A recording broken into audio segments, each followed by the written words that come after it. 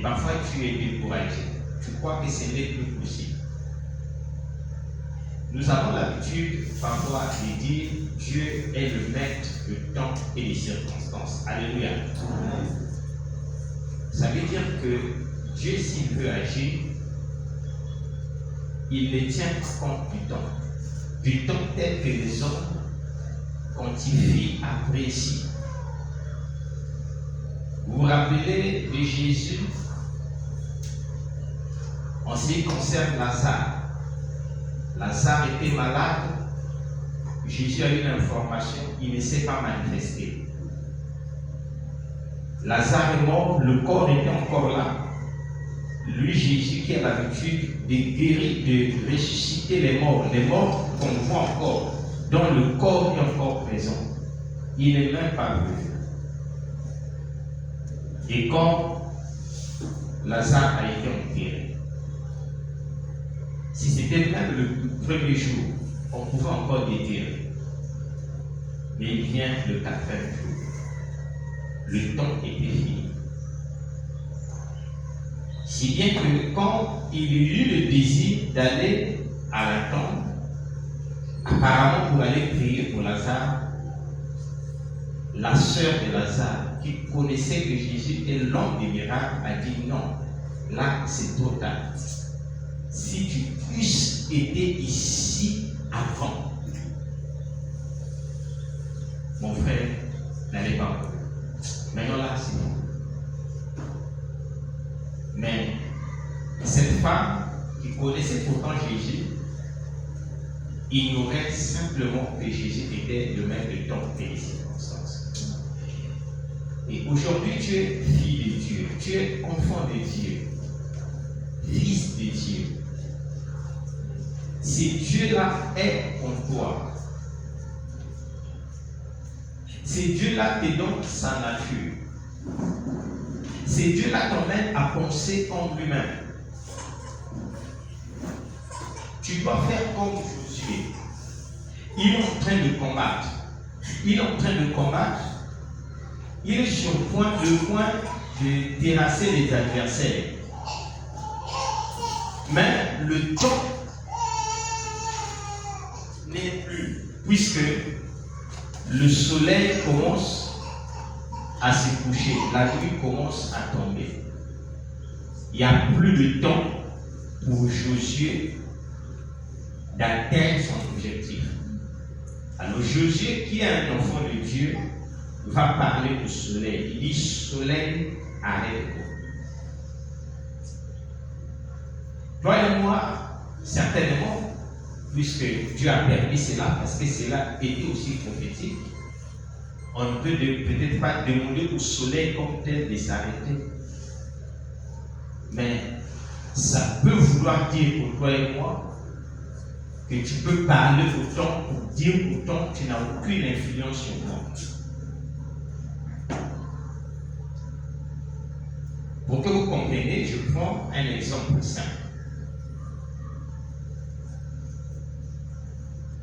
On a l'habitude de dire, et c'est scientifique, qu'à partir de tel âge, une femme peut avoir la ménopause, peut rentrer dans la ménopause. Et si la femme est dans sa ménopause, elle ne peut plus avoir d'enfant. C'est une circonstance de temps, c'est le temps qui le fait. Il y en a qui rentrent dans la ménopause un peu plus tôt, d'autres un peu plus tard. Quoi qu'on soit tôt ou tard, si tu rentres dans la ménopause, ça veut dire que par rapport au temps, tu ne peux plus avoir d'enfant. Mais tu peux parler comme Jésus pour dire soleil, arrête-toi là-bas. C'est-à-dire, tant que je ne m'occupe pas de toi, je suis comme Siméon, je ne mourrai pas avant de vivre la promesse. Les enfants de Dieu marchent comme ça.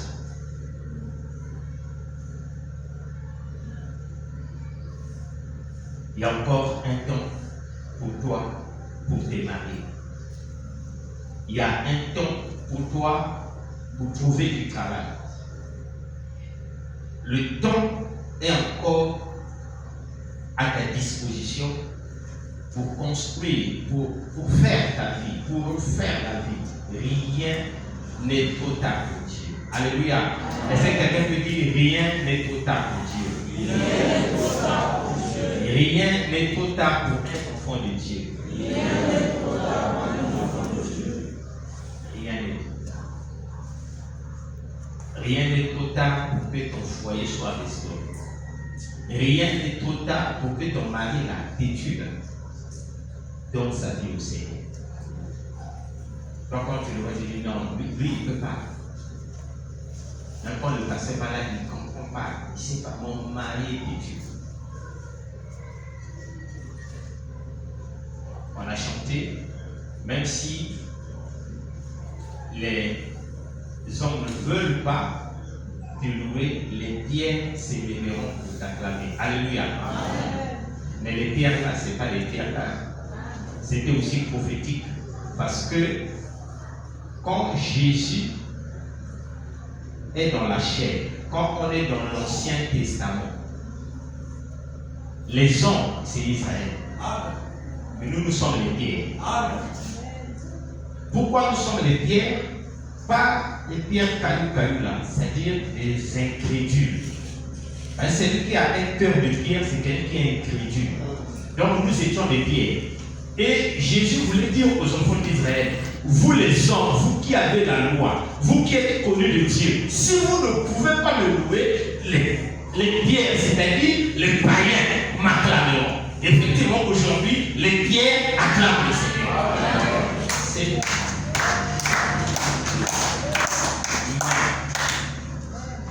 Mais c'est aussi une façon pour Dieu de nous enseigner, quelle que soit l'incrédulité d'un homme,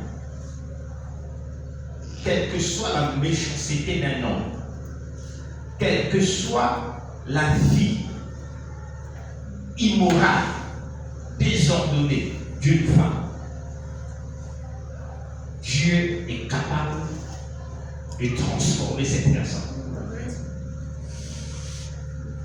Marie de Magdala était une prostituée. La Bible dit qu'elle avait 7 démons. On ne sait pas si 7 là était symbolique pour dire qu'elle avait beaucoup de mauvais esprits en elle. Ou 7 était le chiffre 7. Quoi qu'il en soit, même si c'est 7 démons qui possèdent une femme, une vraie prostituée, une vraie séductrice, elle a dû casser les mariages. Elle a dû troubler le cœur de plusieurs personnes. Mais lorsque cette femme a rencontré le Seigneur l'a transformée. Alléluia. Tout est encore possible. Pour que ton foyer rentre en paix, il faut le désirer. Il ne faut pas abandonner. Tu as trop abandonné. Tu veux sortir même du foyer. Tu veux casser la relation. Tu dis que tu es fatigué. C'est encore possible. C'est encore possible. Avec Dieu, c'est encore possible pour toi de refaire ta vie. C'est encore possible. Il y a un homme. Il était un général, un chef de l'armée. Il s'appelait Naaman. Et Naaman avait la lèpre. Tout son corps était pourri. Il avait encore la force de paraître. Et il mettait des vêtements, des jolis vêtements. Il avait l'argent pour couvrir la lèpre qui envahissait son corps. Son argent n'avait plus rien fait. Il était désespéré parce qu'il avait fait tout ce qu'il pouvait faire. Naaman croyait que sa guérison était impossible. Vous voyez que quand quelqu'un a une situation, il a des problèmes, il essaie de faire de son mieux, il fait tout ce qu'il fait. Et quand il n'a pas pu, il s'est dit, ça ne peut plus s'arranger. C'est fini. Mais tu dis que c'est fini par rapport à l'information que tu as, par rapport à la connaissance que tu as, par rapport à l'endroit où tu es allé, par rapport aux gens que tu as consultés, par rapport à ce que toi tu as fait. Tu n'as pas pu. C'est vrai. Mais ça ne veut pas dire que parce que tu n'as pas pu, tu n'as pas trouvé une solution, que la solution n'existe pas. La solution peut exister ailleurs. Même physiquement, nous voyons quelqu'un malade, il a consulté tel médecin, il n'y avait pas de solution. Après, quelqu'un l'a conseillé, quelque part, il est allé voir un autre médecin, et cette fois-ci, la solution a été trouvée. Au départ, il pensait que parce que tous les autres médecins qu'il avait examinés, qu'il avait traités, n'avaient pas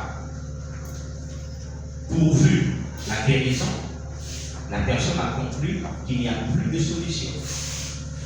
Alors que la solution était quelque part. Et si donc, dans ta vie, il n'y a pas eu de solution à tel problème, je te dis que la solution se trouve auprès de Dieu. Même si tu as déjà consulté Dieu, même si tu as déjà demandé aux hommes de Dieu de prier pour toi, même à moi de prier pour toi, il n'y a pas eu de solution, ça ne veut pas dire que la solution n'existe pas. Auprès de Dieu, il y a la solution à tous les problèmes. Nous devons tout simplement continuer à croire. Tu dois continuer à croire.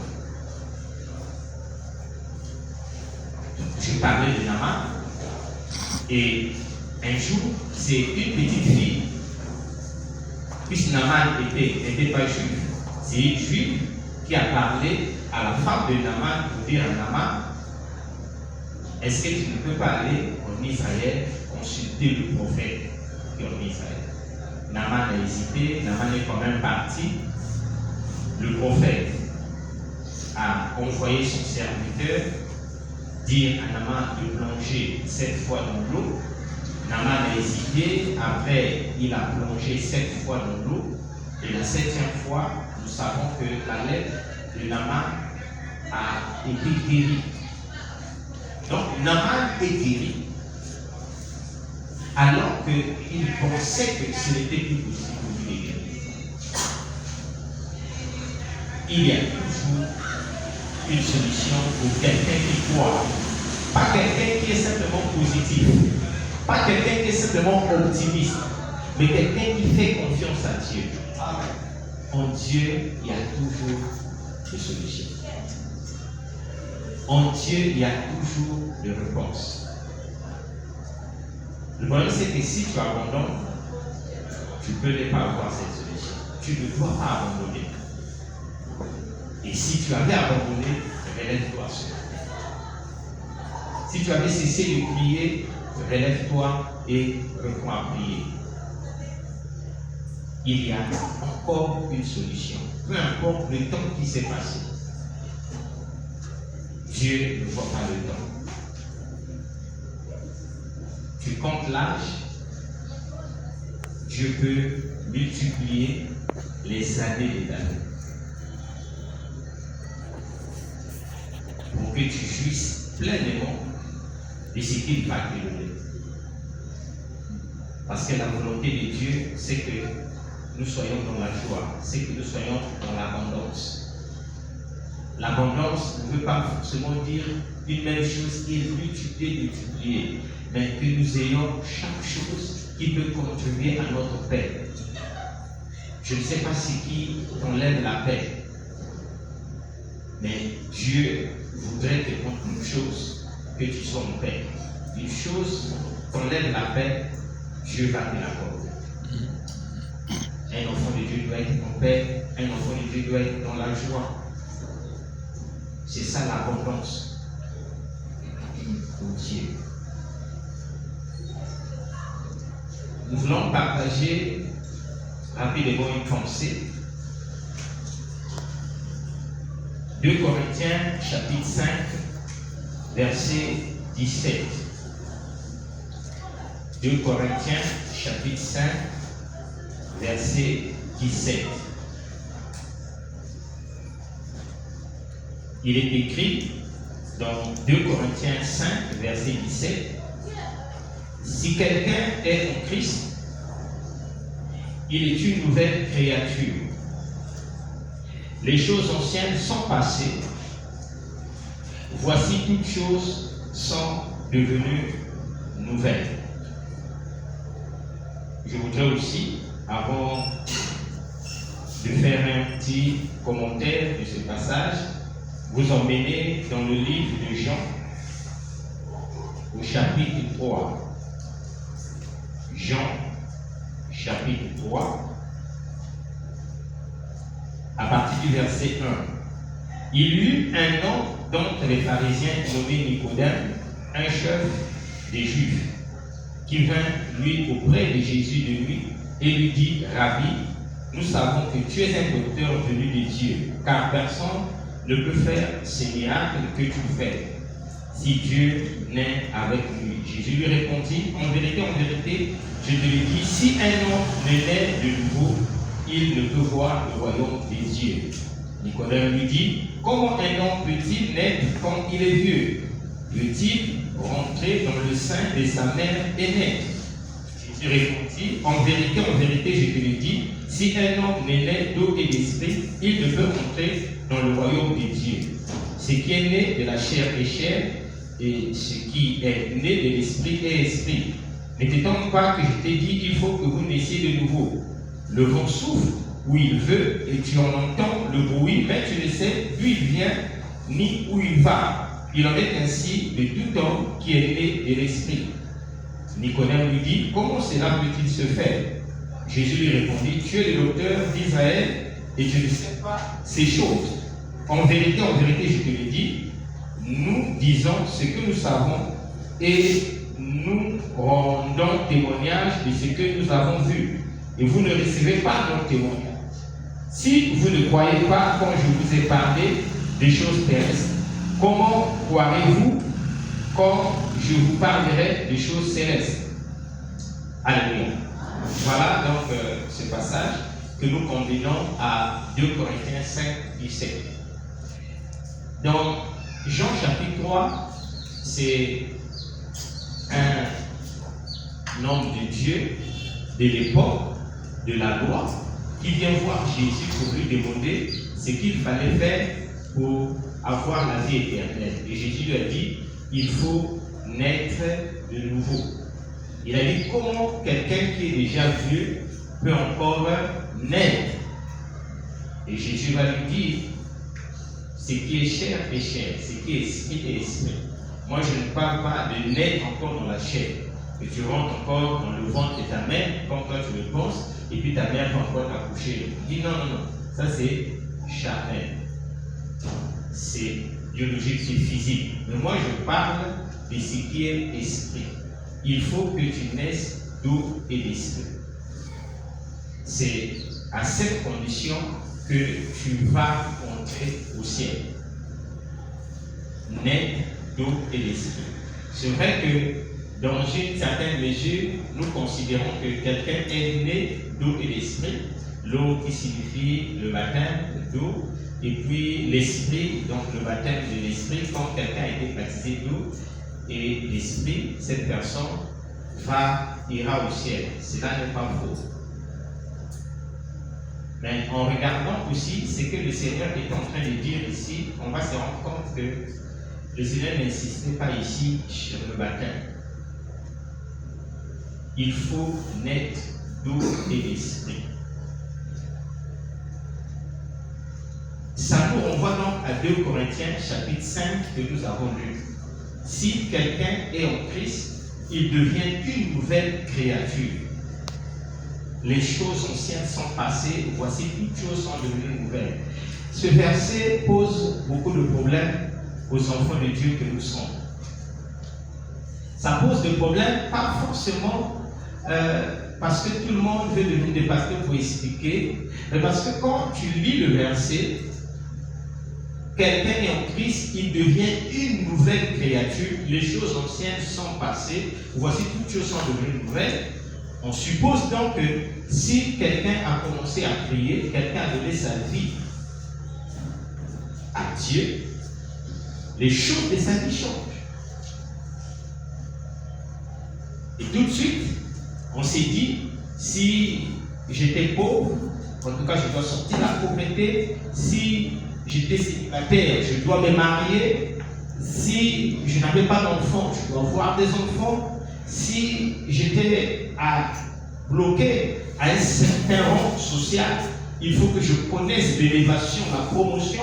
Je suis devenu la tête, je ne peux plus être la queue. Vous voyez qu'il y a cette compréhension. Maintenant, quand tu peux voir parfois ta vie, tu réalises que tu es dans le Seigneur depuis plusieurs années. Mais pas grand-chose a changé par rapport à ce que j'ai cité là. Tu es demeuré peut-être chômeur, tu es demeuré peut-être célibataire, tu es demeuré peut-être avec des difficultés financières, etc. Et parfois tu t'interroges, est-ce que je suis en Christ? Parce que si quelqu'un est en Christ, il devient une nouvelle créature, les choses anciennes sont passées. Mais pourquoi je demeure encore dans mon état? Pourquoi ma famille est encore pauvre? Pourquoi je ne trouve pas du travail? Quelqu'un est en Christ, il devient une nouvelle créature. Pourquoi les choses anciennes ne passent pas? Alors, beaucoup se découragent. Souvent, on change même d'église. Et quand on a changé d'église, la même situation perdue, on change encore. À un moment donné, on ne croit plus. On ne croit plus à la parole de Dieu. On dit non, c'est faux. Quand la Bible dit quelqu'un est en Christ, il devient une nouvelle créature, les choses anciennes sont passées, cela n'est pas vrai. Parce que moi, je me suis promené dans plusieurs églises.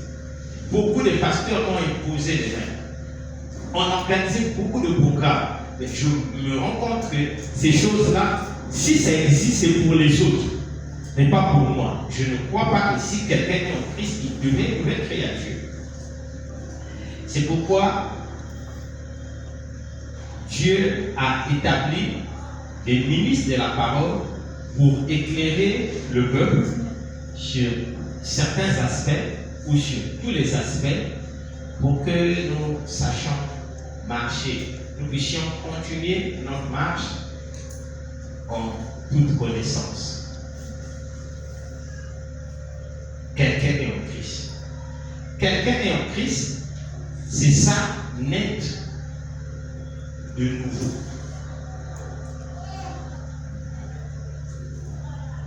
Quand je parle de ce passage, il ne vise pas tout de suite la relation de l'homme avec son environnement. Il ne voit pas d'abord ce que quelqu'un peut avoir, ce que quelqu'un peut posséder.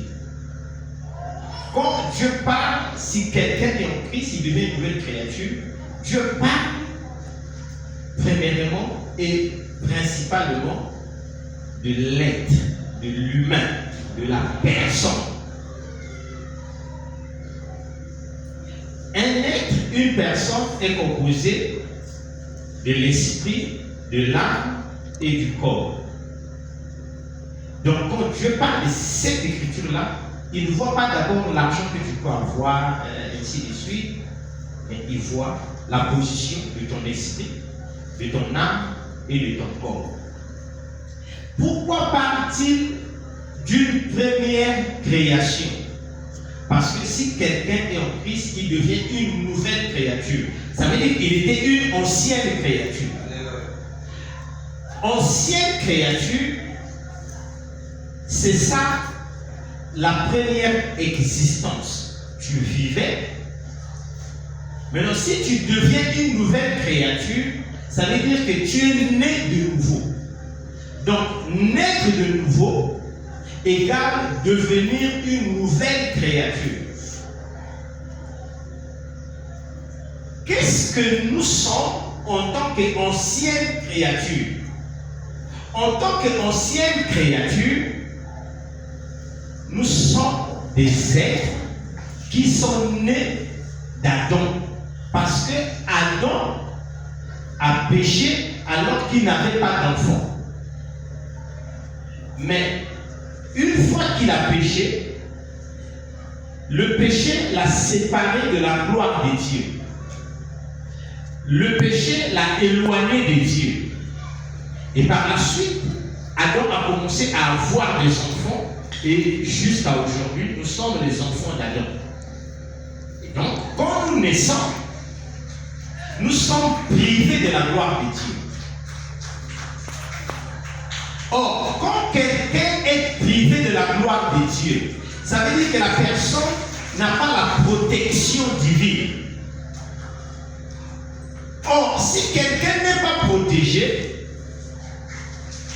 la personne va être exposée. Nous sommes exposés principalement à la méchanceté du diable. Le diable n'a pas aimé que Dieu puisse accorder à l'homme la position que l'homme avait dans le jardin d'Éden. Pour Dieu, la vie de l'homme devait être une vie heureuse. L'homme ne devrait pas avoir de problème. Dès qu'il y a une circonstance, il y a déjà la solution.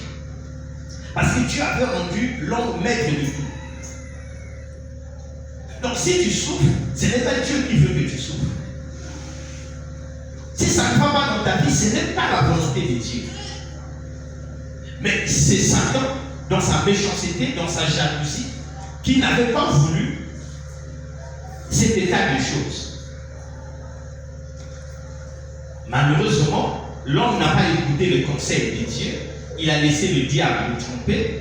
Et l'homme est sorti de la présence de Dieu. L'homme est sorti de la sécurité de Dieu.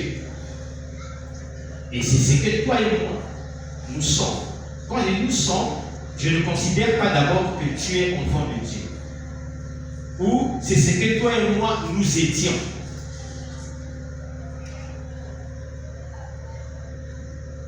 Séparés de la gloire de Dieu, le diable a la possibilité de nous manipuler. Il nous manipule en nous conduisant à une vie de péché. Il nous manipule en donnant la possibilité aux sorciers de nous faire du mal, aux esprits familiales de conduire nos vies, de les influencer, en donnant aux démons de posséder les gens pour déranger les foyers, pour déranger les familles, pour faire du mal, pour pousser les gens à faire des sacrifices humains, pour pousser les gens à jalouser les autres, à leur tendre des pièges, ainsi de suite. Le diable a cette possibilité. Mais comment le diable fait pour avoir cette possibilité? Le diable contrôle l'esprit de l'homme. Le diable contrôle l'esprit de l'homme. Or, en l'homme, c'est l'esprit. C'est l'esprit qui est essentiel dans la vie d'un homme. Le corps là pourrit, mais l'esprit ne pourrit pas. Et donc, quand quelqu'un n'a pas le Seigneur, son esprit est contrôlé par le diable. En dehors de l'esprit, il y a l'âme. L'âme, c'est le siège de la volonté, c'est le siège de l'intelligence, c'est le siège des pensées. C'est comme une source, un dépôt qui permet au corps de s'exprimer, de se manifester. Et donc, quand quelqu'un n'a pas Dieu, son esprit est sous le contrôle du diable. Et le diable t'envoie tout ce qu'il y a de mal et ton esprit communique cela à ton âme. Et l'âme qui est donc le siège de volonté, de pensée, communique cela à ton corps et le corps manifeste cela. L'âme manifeste le désir, par exemple, de mentir et tu sors, tu ouvres ta bouche, tu mens. L'âme manifeste le désir d'aller en boîte de nuit et du coup, voilà ton corps qui t'entraîne dans une boîte de nuit. L'âme manifeste le désir de tromper ton mari, de tromper ta femme, et voilà, tu le fais. L'âme manifeste le désir de jalouser, et voilà, tu manifestes la jalousie. Mais l'âme trouve ces choses-là où il trouve ces choses dans l'esprit. C'est l'esprit qui est le canal qui communique cela. Mais quand ton esprit est en contact avec le diable, ton esprit est influencé par le diable. Tous les hommes qui ne connaissent pas Dieu, leur esprit est influencé par le diable. C'est ce qui fait que, de fois, quelqu'un fait quelque chose, mais après, quand cette personne-là est tranquille, il regrette la chose qu'il a fait. Mais quand vous voyez, vous dites, non, mais tu l'as fait consciemment, tu n'étais pas sourd, tu n'avais pas peur, tu avais toute ta conscience. Et tu as fait, aujourd'hui tu regrettes, tu fais semblant, tu es hypocrite. Alors que la personne le regrette sincèrement. Parce que deux fois, même quand ton esprit est sous le contrôle du diable, à un moment donné, tu as comme une conscience, mais malheureusement, tu regrettes et tu reviens encore sur ça parce que tu es sous le contrôle du diable. Maintenant, quand quelqu'un rencontre le Seigneur, quand quelqu'un naît d'eau et d'esprit, quand quelqu'un a écouté la parole de la vérité, quelqu'un a écouté que Jésus-Christ est le don gratuit de Dieu. Jésus-Christ est celui que Dieu a envoyé pour nous sauver. Nous sauver, c'est donc libérer notre esprit du contrôle du diable. Quand quelqu'un a écouté cette parole et a cru sincèrement, un miracle se réalise. C'est le plus grand miracle. Souvent que les chrétiens négligent. Le plus grand miracle, c'est donc cette nouvelle naissance. C'est-à-dire, Dieu, par sa puissance, retire ton âme de l'emprise du diable, non, ton esprit de l'emprise du diable. Dieu s'empare de ton esprit. L'esprit de Dieu devient un seul avec ton esprit. Vous vous mariez avec l'esprit de Dieu, tu deviens enfant de Dieu. Donc, quand on devient enfant de Dieu, c'est l'esprit de Dieu qui vient changer la position de ton esprit, qui vient arracher ton esprit du pouvoir que le diable avait de le manipuler. C'est ce qu'on appelle la nouvelle naissance. Et donc, si quelqu'un est en Christ, il devient une nouvelle créature. Nouvelle créature, c'est dans ce sens-là. Ton esprit est régénéré. Ton esprit est renouvelé. Tu sens que tu étais comme dans une prison, mais tu es libéré. Tu sens comme si tu étais dans un sommeil, mais tu t'es réveillé. C'est cette expérience qu'on fait quand quelqu'un a accepté le Seigneur. C'est comme si tu étais mort, mais tu es revenu à la vie. Ou quelqu'un qui était sous l'âme, mais tout d'un coup, la personne ne comprend pas comment je faisais, comment j'ai pu vivre dans cette histoire, dans cet état. Quelqu'un qui était prostitué, comment j'ai pu livrer mon corps aux hommes. Quelqu'un qui était brigand, qui était malfaiteur, comment j'ai pu tuer les gens. Il était comme mort, il est revenu à la vie. Si quelqu'un est en Christ, il devient une nouvelle créature. Les choses anciennes sont passées, voici toutes choses sont devenues nouvelles. C'est l'esprit qui est libéré. Maintenant, l'âme, ton âme, était déjà un dépôt. Ton âme avait déjà reçu toutes sortes de mauvaises choses. Et l'âme avait communiqué cela à ton corps, c'était devenu des habitudes. c'était devenu un caractère. Et le caractère, tout ce dépôt-là ne disparaît pas tout de suite. C'est pourquoi, à la nouvelle naissance, ton esprit est complètement libéré. Mais ton âme va connaître une libération progressive, un changement progressif. Petit à petit, tu vas te rendre compte que ce que tu faisais est mauvais. Parce que tant que tu ne connais pas le Seigneur, l'Écriture déclare que ton intelligence est obscurcie. Maïe qui n'est voilé, n'est qui tenait un don de Babé Sarah na Maïe. C'est ce qui fait que vous pouvez voir quelqu'un qui est intelligent, comme Emmanuel Macron. C'est un garçon très intelligent. Il a eu beaucoup de diplômes.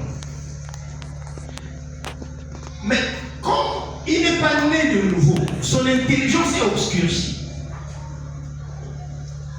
Il préfère épouser, par exemple, un homme au lieu d'épouser une femme.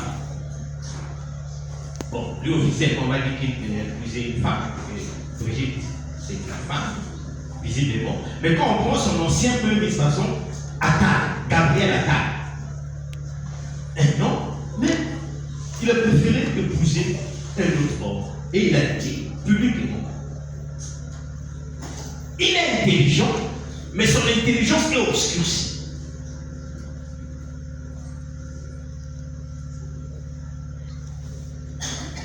À la nouvelle naissance, ton esprit est maintenant connecté à l'Esprit de Dieu. L'Esprit de Dieu parle au moyen de la parole. Tu commences à écouter la parole de Dieu. Et la parole de Dieu commence à éclairer ton intelligence. Commence à enlever le voile qui couvrait ton intelligence. Et tu te rends compte que ce que tu fais est mauvais.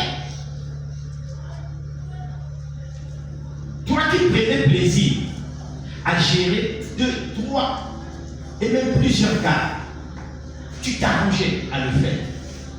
Et quand tes amis parlent de toi, on parle de toi comme d'une fille, vraiment qu'elle est là, parce que les enfants sont gérés à Bakali. Tu t'enregistrais.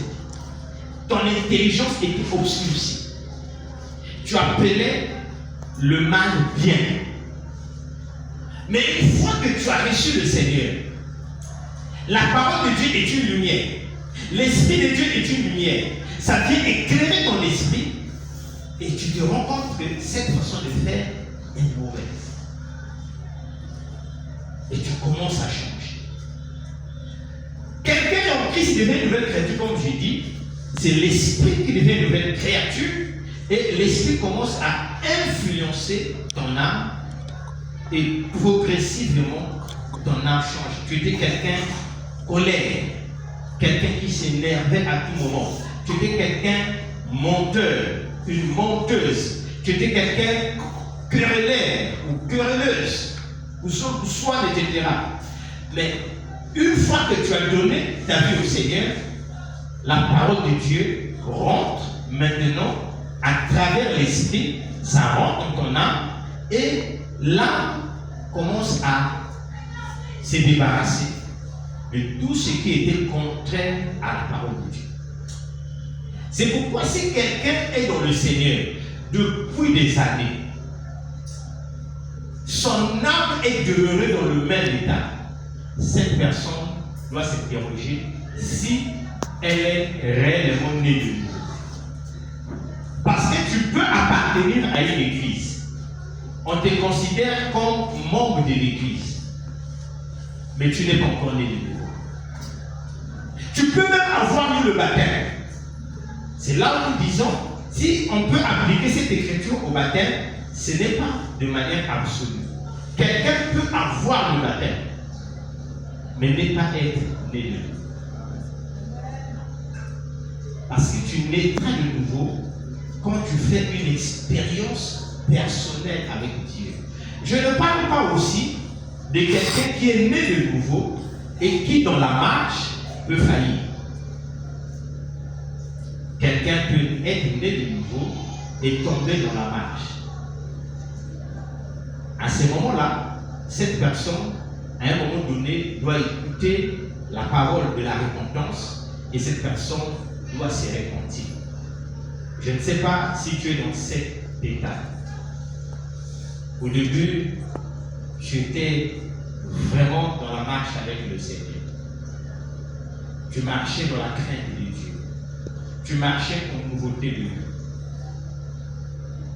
Mais aujourd'hui, tu es revenu comme un chien qui avait vomi, qui va encore manger les vomis ou les vomissures. Tu es comme un cochon, un porc qu'on avait lavé et à un moment donné qui se réjouit encore à rentrer dans des mares sales, des mares d'eau sale. Si tu es là ce matin, si tu es une fille de Dieu, un fils de Dieu, écoute la parole de la repentance. Repends-toi. Car ce que tu trouves comme plaisir, ce que tu trouves comme avantage, qui est contraire à la parole de Dieu, ce n'est qu'une illusion. Ce n'est qu'une apparence. Le diable est en train de te cacher les conséquences de ce que tu trouves bien maintenant. Le diable cache les conséquences.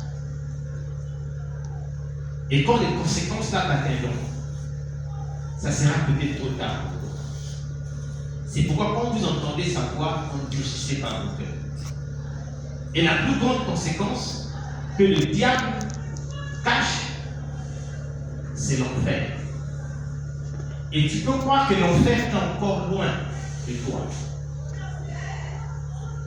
Mais déjà, si tu meurs, il n'y a plus de moyen pour toi de te rattraper. Et sinon, l'enfer est encore loin de toi, c'est pourquoi tu te dis, j'ai le temps de me repentir. Mais si tu te poses la question, donne-moi le jour où tu mourras. Donne-moi la date. Tu vas me dire, je ne suis pas sûr que je mourrai maintenant. Ce n'est qu'une illusion. Il n'est pas long de déterminer les jours de sa vie. C'est Dieu qui connaît. Quelqu'un qui est bien portant maintenant peut mourir dans les heures qui suivent, dans les jours qui suivent. C'est pourquoi lorsque tu entends la parole de Dieu, endurcis pas. Si quelqu'un est en Christ, il devient une nouvelle créature. Les choses anciennes sont passées. C'est d'abord ta vie. C'est ton intérieur. Quelqu'un qui n'est pas en Christ, son esprit étant sous l'emprise du diable, effectivement, le diable, à travers les mauvais esprits, ça peut être des esprits familiaux, ça peut être des esprits qui sont entrés en toi par rapport à la vie que tu mènes, ces esprits-là peuvent bloquer ta vie. Cela est vrai. Mais une fois que Jésus-Christ vient dans ta vie, une fois que tu es né de nouveau, il te donne le pouvoir de dominer ces esprits. C'est pourquoi je crois aussi que si quelqu'un est en Christ, même les domaines de la vie qui étaient bloqués peuvent se débloquer. Quelqu'un qui était dans le célibat, simplement parce que dans la famille, il y a un degré maléfique, il y a une résolution dans le monde spirituel, dans le monde éternel de sa famille, qui disait que tu devais demeurer célibataire. Dieu peut te sortir de cela et tu vas te marier. Donc je ne suis pas en train de dire que si quelqu'un est en Christ, il devient une nouvelle créature, que notre situation sociale ne peut pas changer. Mais cette écriture n'est pas d'abord pour notre situation sociale. Cette écriture, c'est par rapport à notre position vis-à-vis de Dieu. Parce que Dieu nous a perdus depuis le péché d'Adam et Ève. Mais Dieu nous a retrouvés par la mort de Jésus. Et Dieu voudrait que chacun se retrouve dans l'ancienne position d'Adam grâce à la mort de Jésus. En acceptant Jésus-Christ comme son Seigneur et son Sauveur. Dieu attend ça de toi. Dieu attend ça de toi. Parce que la vie sur la terre va passer. Qu'on soit bien, qu'on soit pas bien, je parle de matériellement, je parle de physiquement, ça va passer. Tout ce que nous possédons va passer. Et la vie sur la terre est bien courte par rapport à l'éternité. Mais Dieu veut que, même si sur cette terre-là, tu n'as pas été gâté, mais que tu vives dans l'éternité. Si quelqu'un est en Christ, il doit devenir une nouvelle créature. Et vous voyez que le corps, en tant que tel, peut ne pas subir un changement. Par exemple, quelqu'un peut être infirme et naître de nouveau. Mais dans la nouvelle naissance, son corps peut demeurer avec cette infirmité. Si la personne n'entendait pas, elle peut continuer à ne pas s'entendre. Si la personne était boiteuse, peut continuer à être boiteuse. Ça ne vient pas contredire l'écriture qui dit il devient une nouvelle créature, les choses anciennes sont passées. Parce que comme j'ai dit, ce qui change, c'est d'abord la position de l'esprit. Quant au corps, Dieu prévoit qu'il y aura une rédemption du corps. C'est pourquoi avant l'enlèvement, Dieu doit changer nos corps en corps de gloire. Là, tous ceux qui avaient des infirmités se verront avec des corps glorieux. Maintenant, Dieu aussi, dans la marche, peut juger que quelqu'un qui était infirme puisse expérimenter un miracle. Et la personne marche. Et la personne change physiquement. Mais ce n'est pas le but principal de la nouvelle naissance. La rédemption est pour l'esprit et pour l'âme. Le corps le sera de manière absolue à l'enlèvement. Pour conclure, le Seigneur te dit, cherche à devenir une nouvelle créature. Accepte Jésus-Christ dans ta vie. Accepte la parole de la vie. Saisis la grâce, saisis le don de Dieu. Si tu l'as déjà saisi, laisse la parole de Dieu transformer ta vie, changer ton âme. Pendant que tu es en train de voir ton âme être changée, tes habitudes être changées, ainsi de suite, les autres domaines de ta vie, parfois même sans que tu le demandes, peuvent commencer à connaître des choses. Il y a des choses pour lesquelles tu ne priais pas. Tu peux voir Dieu libère cela. Parce que l'Écriture déclare, je souhaite que tu prospères à tous égards et que tu sois en bonne santé, comme prospère aussi l'état de ton âme. Parce que pour Dieu, quand l'âme de quelqu'un est en train de prospérer, de changer, Dieu veut te juger maintenant, dit de posséder telle ou telle chose. Il y a des gens, Dieu ne leur donnera pas de l'argent, beaucoup d'argent. Parce que quand Dieu regarde leur âme est encore pleine d'orgueil. Dieu dit, si je lui donne beaucoup d'argent, c'est pas la peine. Ton cœur est plein d'orgueil, plein de haine. Dieu s'est dit, si je fais ceci, tu vas gaspiller son bien. Il faut d'abord que tu travailles ton âme.